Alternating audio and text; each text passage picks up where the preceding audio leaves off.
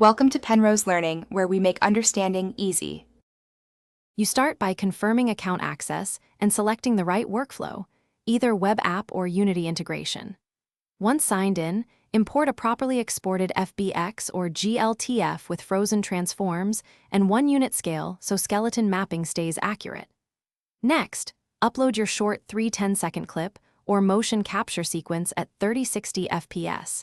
Steady lighting improves tracking. Make sure to choose the correct character rig type, so Deepmotion applies the appropriate retargeting pipeline at the start of the process.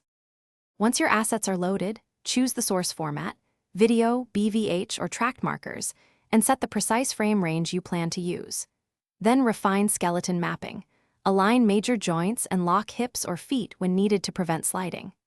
Adjust IK versus FK blending to control limb behavior and set root motion options to preserve translation. After that, run the auto-retarget and scrub the timeline to watch how the motion transfers. Make small mapping tweaks and reapply until the motion looks natural. You finish by selecting the export format that fits your pipeline, FBX for DCC tools or GLTF for real-time engines, and confirm scale and orientation to avoid mismatches. Then optimize. Bake animation curves, compress keyframes, and apply smoothing to reduce jitter while keeping essential motion. If artifacts appear, troubleshoot by remapping problem joints, increasing input frame rate, or re-recording with clearer footage and consistent markers. Finally, import into your target engine.